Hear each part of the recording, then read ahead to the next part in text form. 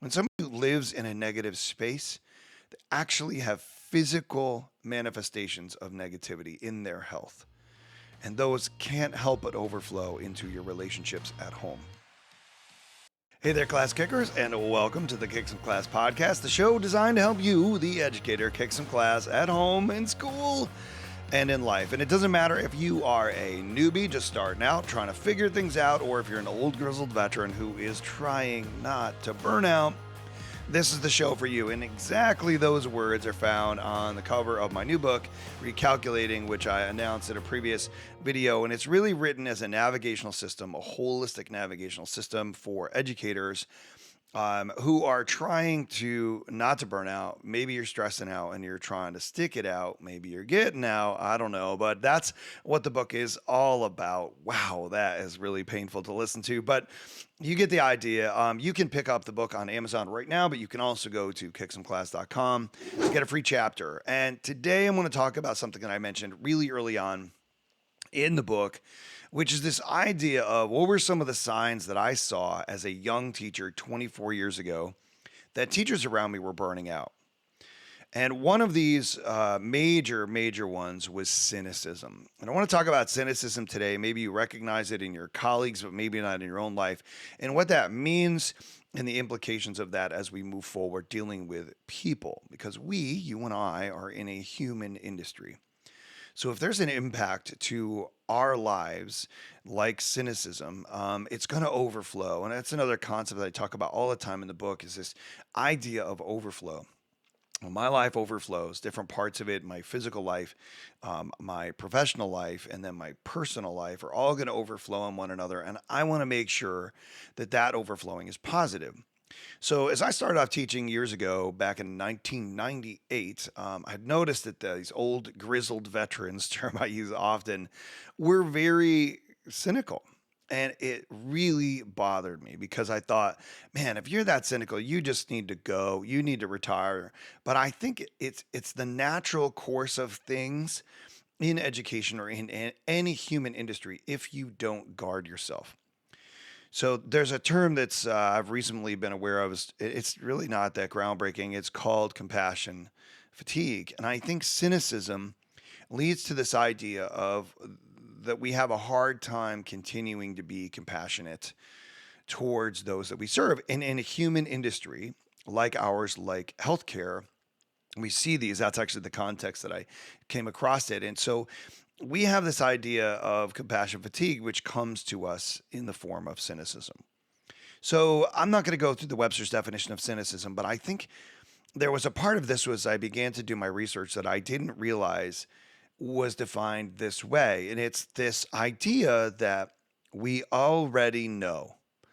Let me tell you what I mean by that. When little Johnny is the kid who always gets a bad rap in all these hypothetical stories, but little Johnny comes in and we already know what he's going to say. We already know when we go to check his homework what he's going to say happened. We already know that, he's going to be in a bad attitude. We already know. See, we've shut the door to a possibility of interacting with that student differently.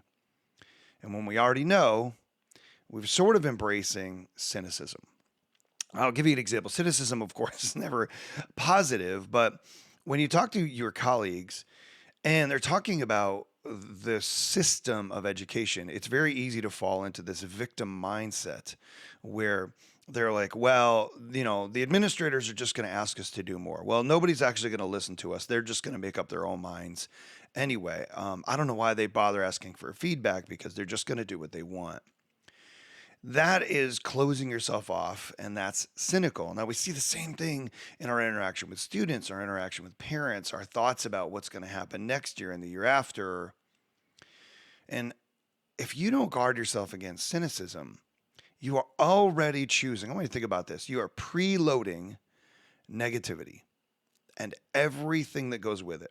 When somebody lives in a negative space, they actually have physical manifestations of negativity in their health. And those can't help but overflow into your relationships at home. So if cynicism in your job, because you've taken maybe this, I already know that it's going to be negative. I already know that they're going to make this choice. I already know that it's not going to work out. pretty sad reality, but it's one that I think every one of us walk through. So I want you to think through your year, think through your typical day, and find places, or maybe if you're still teaching. I mean, for me, there's a week and a half, 2 weeks left of school, and so if you're still actively teaching, I want you to check yourself on this particular topic, because you might find, hey, you're cynical when you first walk in the room, you're cynical when you wake up and you begin to think about it, and yes, it's a sign that you are burning out, but it's a simple mindset tweak that you can make to actually think differently about your day. Instead of waking up and saying, well, it's just going to be another day with this kid, it's going to be another day with this colleague, it's going to be another day in the school, in the system, whatever. Maybe there's a possibility that just by seeing it differently, you open yourself up to a better experience. So, we all know this famous quote about insanity, right? Doing the same thing, expecting a different result. But what if you expect a different result and therefore you're open to doing things a different way? So if you can flip that on its head, say, where am I cynical? Where am I negative? Where am I expecting a negative result because I've closed off that ability for something different, something new, something better to happen? Over the course of the last year, I have been working in the district K-12, right? So I've had the chance to go into kindergarten classrooms. Now I'm a middle school, secondary kind of guy at heart. I love my sarcasm and dumb dad jokes and getting the groans from the kids with my horrible jokes. But working in a kindergarten classroom, they don't get that. But what they do is they get your connection. And so getting a random leg hug was a little weird for me at first, but it began to change the way I expected students to interact with me. And it opened me up to the possibility to receive kind of that give back in education. And I would say if you're burning out, it's the give back, right? Like I know there are days where I would teach something and I would come home and be like, well, I'm never doing that again, right? Because there was no give back. There was no positive feedback into my life and energy or whatever it might be. But there were other days that I would come home going, I can't believe they pay me to do this.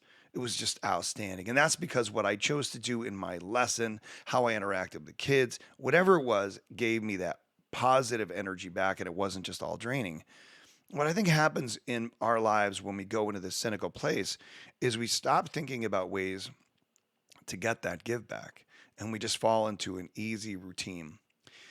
It frustrated me to see teachers who were cynical because they had closed themselves off to doing anything new. And so as I began to move into opportunities to do professional development, I would find these teachers who, just because they had taught for X number of years, they thought they couldn't learn anything else. They had it figured out. They had kids figured out. They had parents figured out. They had education figured out. And therefore, they were just going to keep doing what they had always done. And it was super frustrating to me to see a teacher that was a veteran that didn't want to learn anything. And just because I do things differently, I'm kind of a weirdo. I do crazy things. I like to have fun. I like to switch it up. And people look at me and they say, "Well, that's not me, Bri guy. So because that's not me, I'm not going to listen." Well, maybe you can tweak what I'm doing and learn from it just a little bit to make you a happier person. Like so many times, people would suggest things, and the cynical nature in a professional development with teachers was actually a little embarrassing to say, like, oh well, that's you. Well, maybe that's only because you've decided already that it's not you.